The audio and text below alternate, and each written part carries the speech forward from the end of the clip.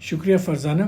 فرزانہ، آپ ایک ایسے پاکستان کے ایک ایسے علاقے سے جہاں خواتین کو کام کرنا کافی مشکل ہوتا ہے، اور مگر آپ صحافت کر رہی ہیں، تو یہ کتنا مشکل کام ہے آپ کے لیے اس وقت؟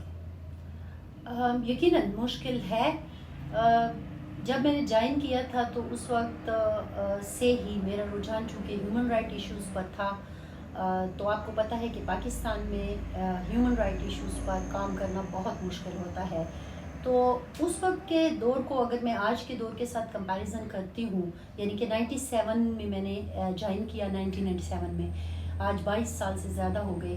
تو اس وقت ہمارے سامنے جو ہرڈل نارملی ہوا کرتے تھے وہ ہوا کرتے تھے کہ یہ جو سوشل ایشوز ہیں، ٹیبوز ہیں، ٹریڈیشنل ایشوز ہیں، وہ ہو جاتے تھے، جس کی وجہ سے تھوڑی سی مشکل ہوتی تھی کہ آپ پختون روایات پر بات کر رہے ہو، یا کسی بھی، صرف پختون نہیں، اوورآل بھی کسی کی بھی روایات پر بات کر رہے ہو، کچھ کریٹیکل ہو رہے ہو. چونکہ ویمن کے حوالے سے بات ہو رہی ہوتی تھی تو لوگ برا مناتے تھے. لیکن آج میں سمجھتی ہوں کہ صحافت اور بھی مشکل ہو گئی ہے، کیونکہ ہم صحافت کر ہی نہیں سکتے.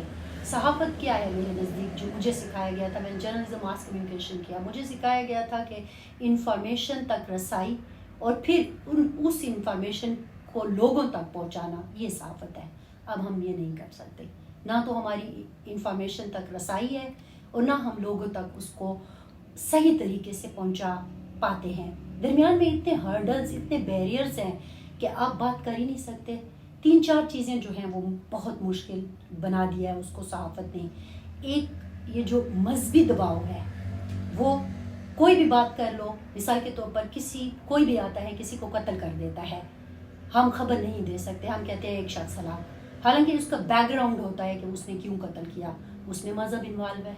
پھر آپ آ جاتے ہیں کہیں ہیومن رائٹس کی وائلیشن ہو رہی ہے، 10,000 لوگ، 5,000 لوگ نارتھ وزیرستان میں، ساؤتھ وزیرستان میں روڈوں پر نکلے ہوئے ہیں، وہ اپنا حق مانگ رہے ہیں، ان کے گھر تباہ ہو گئے، ان کے لوگ اغوا ہو رہے ہیں، ان کو ٹارگٹ کلنگ کا نشانہ بنایا جا رہا ہے. ہم خبر نہیں دے سکتے. کیوں؟ یہ پاکستان کے جو سالمیت ہے اس کے خلاف ہوگا، کیونکہ یہ ان میں کچھ لوگ باغی ہیں. اب 5,000 10,000 لوگ تو باغی نہیں ہو سکتے نا، لیکن ہم نہیں دے سکتے، کوئی چینل نہیں دیتا.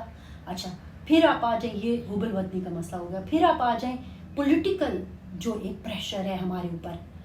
اب تو یہ مصیبت ہو گئی ہے کہ اگر آپ حکومت کے خلاف، یا انفیکٹ جرنلسٹ تو خلاف بات ہی نہیں کرتا نا، وہ تو کریٹیکل پوائنٹ آف ویو ہوتا ہے اس کا، آپ اس پہ کریٹیکل پوائنٹ آف ویو رکھتے ہیں، کریٹیسزم کرتے ہیں، گڈ گورننس نہیں ہو رہی، یا اور کوئی ایشو ہے، یا جمہور کے اوپر کوئی مسئلہ ہو رہا ہے، جمہوریت پر کوئی مسئلہ ہو رہا ہے، تو اس کا مطلب یہ ہے کہ آپ پاکستان کو ترقی کرتا نہیں دیکھنا چاہتے. اب آپ بتائیے اس ساری سچویشن میں صحافت کہاں ہے؟ آپ نے کچھ مشکلات کا ذکر کیا صحافتی کام کے حوالے سے.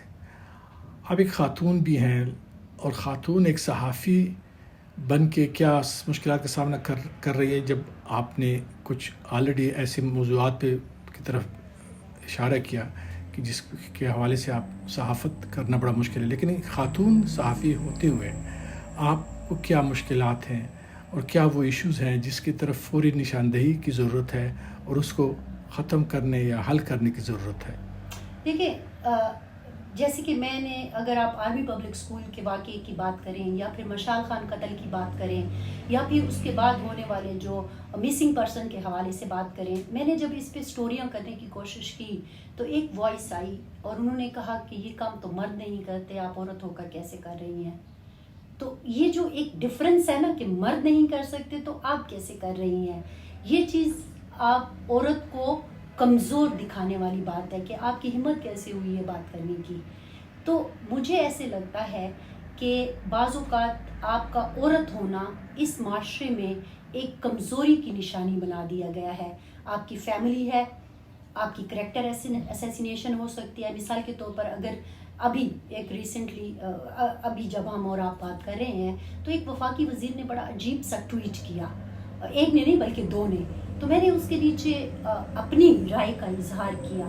اب اس کے اوپر آپ کو بلیم کیا جاتا ہے کہ اس عورت کا دیکھو یہ اس طرح کی باتیں کر رہی ہے. مطلب آپ کیسے